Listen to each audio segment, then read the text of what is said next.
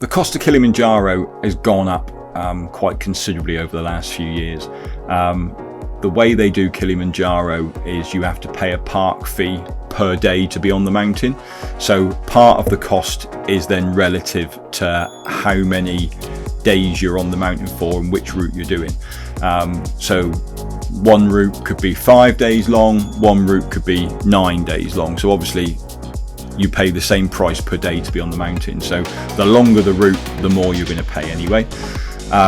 You also need to consider the size of the group that you're going to be trekking with.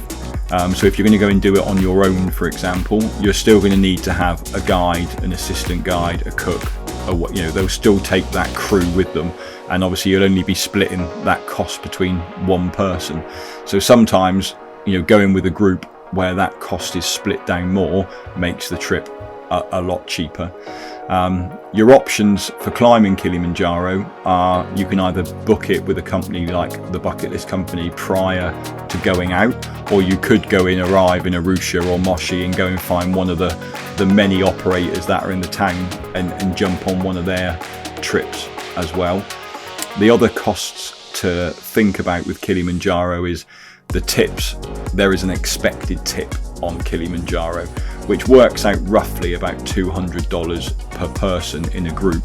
But obviously, again, if you are climbing on your own and you're the only person in your party, then that tip's going to increase because there isn't going to be enough to spread amongst your team. So those are a few things to think about when it comes to the cost of climbing Kilimanjaro.